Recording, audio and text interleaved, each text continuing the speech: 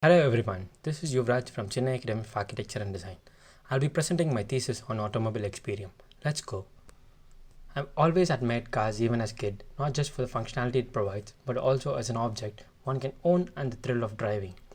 The idea of the project initially was to provide an F1 track and supportive areas. The Government of India as well as the automobile manufacturers decided to electrify 35% to 50% of the vehicles by 2030 and electrify all government fleet of vehicles by 2025.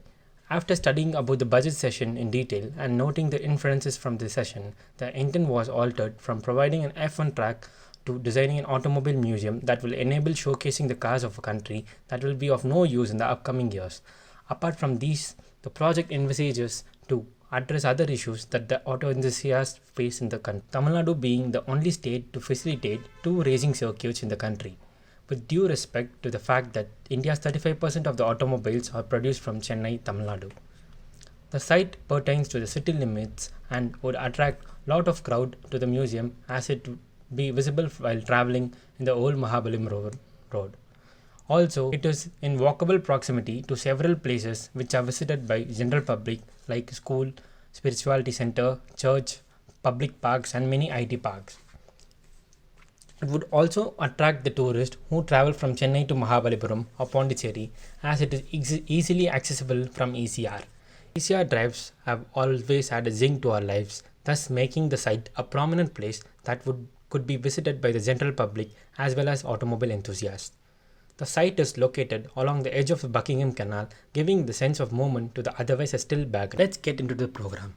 The proposed program was charted out keeping in mind the inferences and observations made during the case study visits. The proposed program comprises a mix of spaces considering the museum space as spline. Thus, the commercial aspect comes into play. Renting porch, automobile parts store, tuner's garage, automobile accessory shop, tools renting shop are added.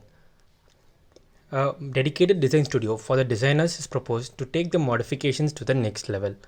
Later on, a go-kart track was also added to the program to showcase the lack of awareness of the racing sport in the country. Zoning. Zoning was done considering the museum as the focal point for designing of the other supportive spaces that help in providing the user a holistic experience. The other attributes that are used as a basis to envisage these planning strategies are the rules and norms provided by the CMDA, according to which the 25% of the site is part of CRZ Zone 2. Let's get into the concept. The project aims at a pragmatic approach in developing analogies based on understanding of different automobile parts and decoding different parts to transform it as a whole or a part in an abstract version of the same. An object-oriented anthology is done and the design is a result of kitbashing various car parts in different scales. The proposed building can be defined as a result of kitbashing using various commands such as pull, push, collide and cross-section. The idea is to achieve a monumental and iconic structure that can be cited as an example of display of elements and its unique structure. Through the process, various car parts are studied and then juxtaposed using various permutations. Let's study about the museum. The museum. Indian history can be associated with a rich past and can also be associated with ever evolving practices and mechanisms. To enhance this history and make it more accessible for the user to understand the usage of automobile, its current state and the future. The museum acts as a conjuncture to provide a platform for the same. It is a spine around the other spaces of the project as planned.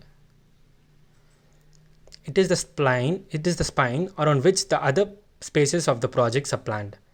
A series of nodes are created by the set of continuous and interlocked ramps, thus making it look like a zinc concrete node in a bigger picture.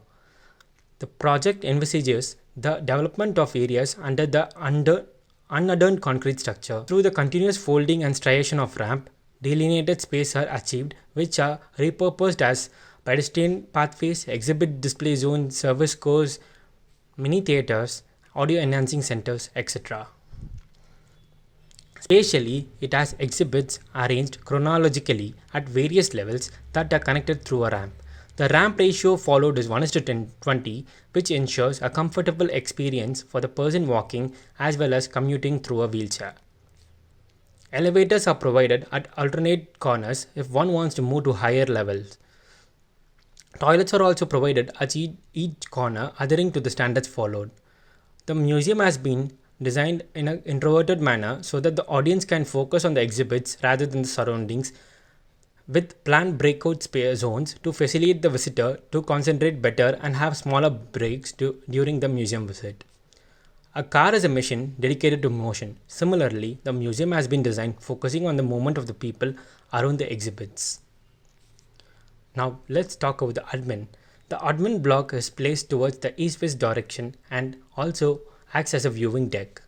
And the tower gives the user first-hand experience of the race and acts as a link between the museum and the surroundings along with the visual experience at different levels. Then the design studio and the renting pods were designed keeping in mind the users and were placed strategically between the go-kart track.